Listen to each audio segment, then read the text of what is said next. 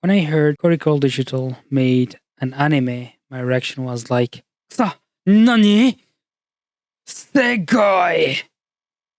So after that weird intro, of course, I had to check the comments. And that's where I saw these comments here. And as you can see, a lot of animators and even non-animators that they had the ambition to become animators, they basically are scared. They are like, AI is taking our jobs, what's going on? And some of them started bashing Corridor for even trying to do something similar, completely ignoring the fact that it took them 2 months to realize something as amazing as that. Why am I calling it amazing? I have heard a lot of people thinking that it's not amazing, it's taking jobs, etc., etc. What they did took a lot of work. They needed the costumes, they needed to write the script of the whole show, they needed the environments, they had to go find 3D environments to be able to do such a show and stuff like that. And after all of this, people are just saying AI was used here, so it must be bad. No, not at all. They had actors, they acted the thing out. There's a lot of things that they did. It's already done.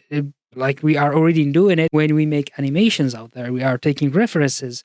We are acting out, then we go do the 3D things or the 2D animation that we are doing. But there is one thing and only one thing that they did that I don't really agree with. I hope they either apologize for doing something like this or clarify why they did it, which is the fact that they used a copyrighted material to train the AI, which is the main issue with image generated AI anyways. So the better way to do it is actually to hire an illustrator to do the work. They say, hey, we love this show. Could you make us like a few frames of different character with this style? And that illustrator gonna be, of course, hired to do, I don't know, maybe 50 illustration to basically educate the AI to be able to replicate that style. In this case, that's okay. It's just a filter. You are basically training the AI to make a filter. And that filter is, of course, made by an illustrator that's giving you access to it. You are like in the contract, it should be written, this is going to be used for AI training for this specific show. Why do I say this specific show? Because actually, a lot of tools that today are sold, they are sold solely for one project, even though you're going to have access later on. One of the most famous that does this is actually Animator Elements. They sell intros, they sell plugins and stuff like that for different tools to help out the process as animators. But what some people don't realize, the contract in there is just for one project. So you are paying $50, $70 to use that intro template or whatever you got, but only for one project. That means if you're gonna make more than one project, you have to buy it again, even though you already have it, but you're gonna pay again because you're using it again. I hope this makes sense. And this is the type of contract that are gonna be made, hopefully, if someone want to make something like this. So bring in an illustrator, make them draw, and then you can teach the AI, but the contract is and would be defined by this project alone. So if they reuse this illustration in other than this project, they could be sued. And this is totally normal in the artistic style. A lot of people don't understand how art actually work in terms of contracts and stuff like this. It's a very, very big word. I'm from France, and the copyright system here is crazy, which is good for artists because we are well protected by the government here. And another thing I want to talk about, how we shouldn't really deny AI. Like not whenever somebody speaks about AI, we should be scared. AI and technology, generally speaking, have been helping humans for a very, very long time. Even today, we are using, for example, one of the most products that I'm curious and excited about actually, called Cascadeur. Cascadeur is a product and a software made by a company called Nikki, famous for the video game called Victor and Shadow Fight games. They make an amazing looking animation, and it was shocking to me to realize they weren't motion capture. Motion captures is when an actor wears a specific suit or have trackers on them, and basically you detect these movements and then put them in the computer, and that's how actually most video games are made. And actually, this is similar a little bit to what Corridor Digital did. But what they did is more like rotoscoping. Rotoscoping is one of the jobs that I'm going to talk about later on. But for now, Cascadeur, what does it do differently? It uses AI to help you make better poses and calculate better the gravity and how it would work physically with like calculations. So it helps Animator animate faster. And that's the main key, faster. Because AI, what does it do for us? It makes a lot of our process fast. And this have been used everywhere. For example, even in retail, have you not seen the automated cashiers? Automated cashiers, what do they do? Well, they're taking the jobs of cashiers, right? But the difference is now, rather than having 7 employees, we're gonna have only 2, and maybe another 2 that gonna watch people who are going through the automated process and see if there's any problem. They are there to help.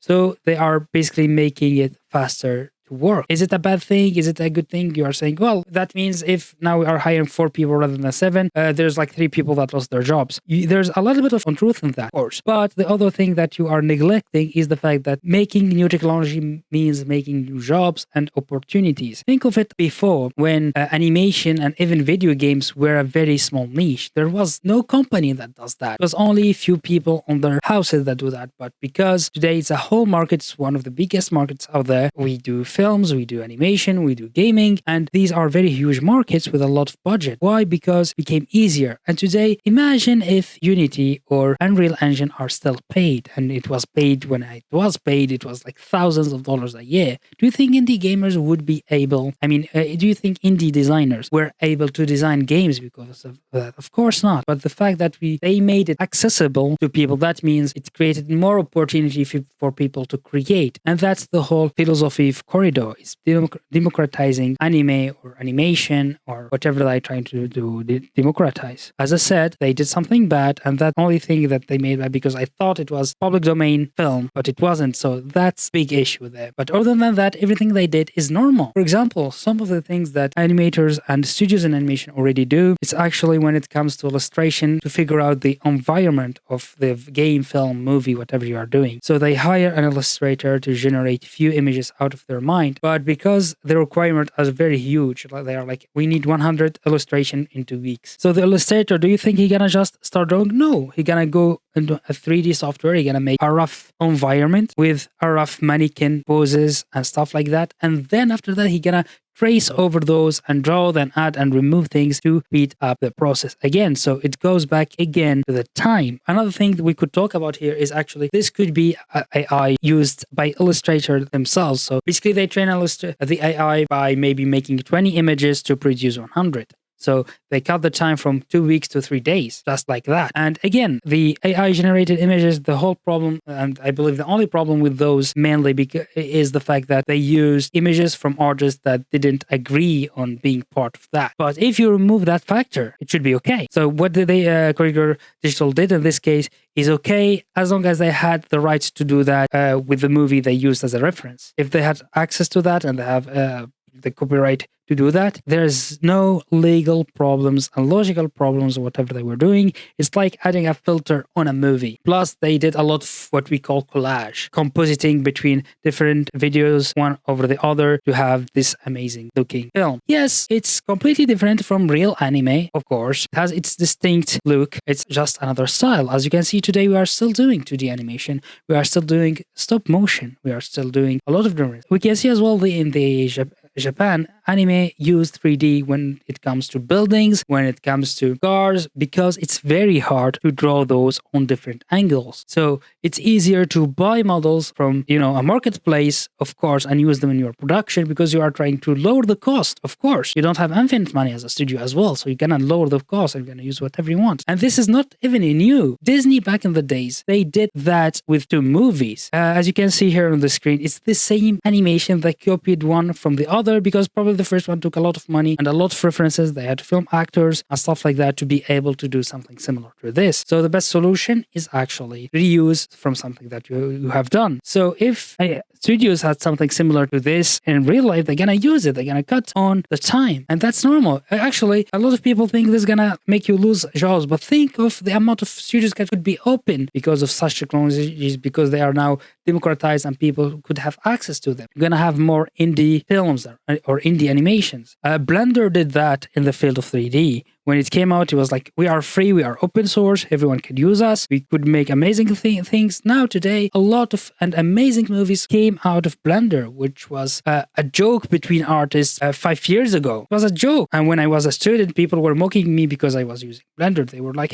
people are using Maya 3D Max, and you are using Blender? What a joke. Today, no, it's a respectable software because people see that as an opportunity to grow and make it easier for other people to work. And that's the whole idea that I'm trying to pursue. For personally, I got excited. I'm very excited with what Corridor Digital did. And I find that interesting. I find the fact that trying to share this with the world is amazing. And I don't see why you hate it. You don't have to. It's just another new style. We can even call it a new style of animation. Because before as well, there's something that you need to know. Some movies actually traced over actors frame by frame, just to create a movie. I will probably put a small video here of the movie itself and the name of the movie. And that's actually have been done before. So I don't see why people are getting mad at this, especially when logically it shouldn't, just a new technology. Another thing that I want to talk about is procedural texturing. Procedural texturing is a way to get textures, which are the way that you see things in 3D that has texture in them. There's a whole artistic process from getting from the image to these different passes, normal, realistic, stuff like that,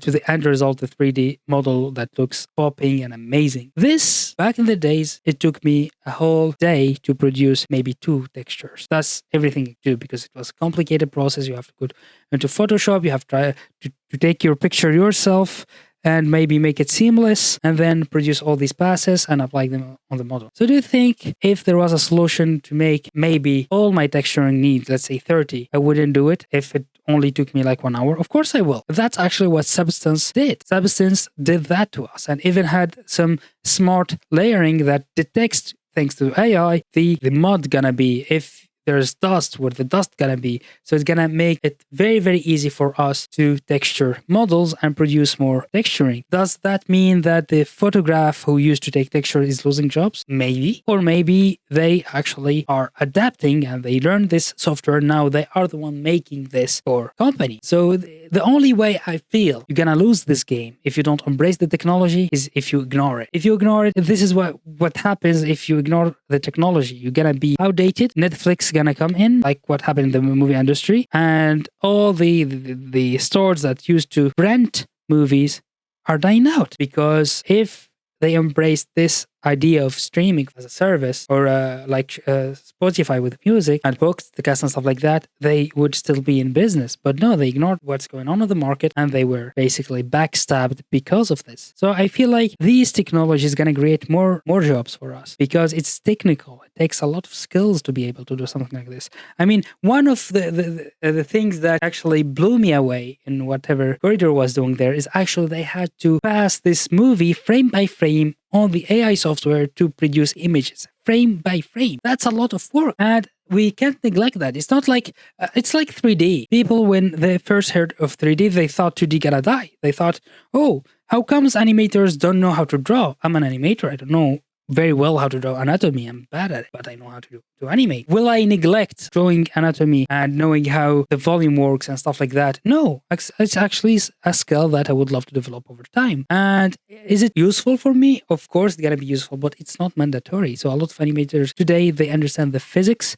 they understand how things move without knowing how to draw. But they can only be 3D animators. They can be 2D animators because we are like a puppeteer. We are playing with a puppet to move. We are not recreating the part every time, which is the big difference. So this before made 2D animators scared. They are like, oh, this technology gonna take our jobs. But actually, no. It depends on what you're gonna produce. For example, in advertising, we use a lot of 2D and 3D, and it shouldn't be that scary. AI is the same thing. We are gonna all jump on it. We're gonna understand how it works. We're gonna see how we can use it in an ethical way, and we're gonna move on. Another thing that I wanted to discuss when we are talking about 3D and 2D, one of the challenges as a 3D artist is actually to fake a 2D look. And why do we need to do this? It's just maybe it's better for the workflow of whatever we're trying to do.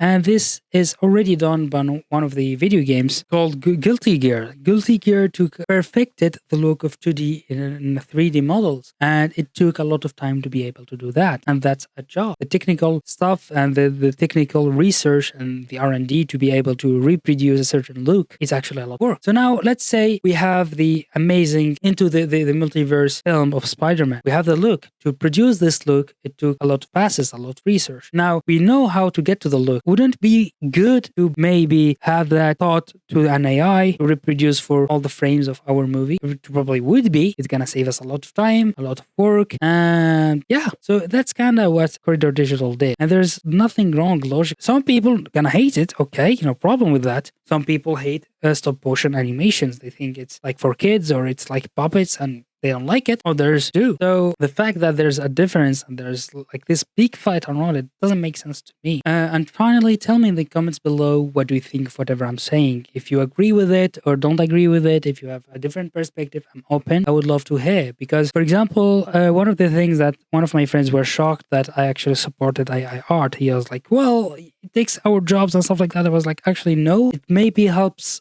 produce more for your clients and faster, so you can basically serve more clients quicker and stuff like that. And then he actually showed me the fact that it actually was taught under artists without them knowing and how that's a problem and stuff like that. So that's when I was like, oh, okay, I understand that perspective. And in this case, I agree with you. Another amazing animator is actually a Disney animator who reacted to this called Aarin Blaise. I recommend watch his video. I'm gonna put his video down in the description and probably in these annotations here. And another one as well that I wish for you to watch is actually Mother's Basement.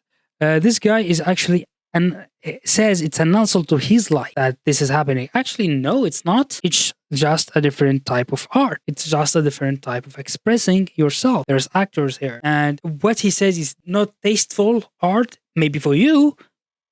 A lot of people enjoyed it. There's a lot of thousands of people who liked what Corridor Digital did. They are excited about this technology and they would love to see how this could be added in the workflow. And it should never be a problem for a studio to try to cut off the cost to be able to produce more. In your video alone, you stated that there's a lot of animators that are not well paid. Don't you think if studios were able to reduce the costs of a certain task in animation, let's say the coloring or the shadowing, that takes a lot of time to do and it's very frustrating, I would say, to do for a lot of people, like topology and a lot of other jobs that are probably gonna disappear thanks to the AI. And it's not necessarily a bad thing, because when they disappear, they're gonna create other opportunities for other people. That means more studios gonna come out of the shadows to the sun, and a lot of job opportunities gonna be created. That's the perspective that I hold on. I don't agree with his perspective, but I'm gonna leave his videos here as well if you want to see the two different perspectives on this subject matter. And again, I'm an open-minded guy. I understand that some people would not agree with me, or some people gonna see this as a threat. Personally, I don't, and I'm like basically Aarin Blaise in this sense. I'm more open to technology being a help for solo artists or small groups to be able to produce amazing things like Corridor Digital, because like 2 months to produce 7 minutes, it's a huge thing. Because if you're gonna do that, like let's say One Piece, we have, well, technically they say it's 20-minute episode, but generally it's only 10 minutes episode or even less, because most of the time there's like all the recap and stuff like that, and they try to use a lot of stuff to fill in the episodes because, well, it's hard to produce 20-minute animation in 1 week. And here we are talking about a studio that has probably 100 person working on one episode or 50 working on one episode to try to reproduce something like that. So in that sense, I believe AI is a solution, not a curse to certain stuff. And we have seen something similar to this when they take 24 frames or 12 frames animations and they basically scale it to 60 frames animation, and the animation looks very smooth. Again, this is made thanks to AI. Is it always good? Of course not, because for example in animation, when there's 60 frames, it's harder to sell the impact, for example, or the push. It looks pretty and smooth, but the technology behind it to sell the impact becomes a problem and needs more work. So that's it for me today. thank you so much for listening to my rant. I hope this episode opens a little bit your mind when it comes to AI and to think of it, the different perspective that you can look at this technology from. And today we are talking about cloning yourself thanks to AI and having like a voiceover that's all made with AI. Does that mean we don't need voiceovers anymore? Of course not. But it's a solution for low budget projects or for projects that are not requiring a very huge investment. For example, for small businesses, mom and pop's businesses, they don't have a lot of money, or fast food companies that don't have a lot of money and they just want a quick thing and a thing that could work for them with their own budget. They can't spare more than 300 a month to make some illustrations or something like that. What should they do? You have two solutions in this case. Either you hire someone from a third country. Basically, for them, 300 would be an amazing budget to live in because they're like the normal or the general salary in these countries as low. Or you hire someone from their country that uses some kind of technology to be able to make or bring results very, very quickly, which is the position I'm holding. If you have a product that helps you push certain ideas faster, why not use it? For me, it doesn't make sense. But again, this took more time than I expect. Thank you so much for watching. Drop a comment if you have different ideas on this topic. I'm more than happy to respond. I'm more than happy to understand the different perspective. And yeah, thank you for watching and follow this channel if you want to have some video content in your business and you want to produce quicker and faster when it comes to animation and videos.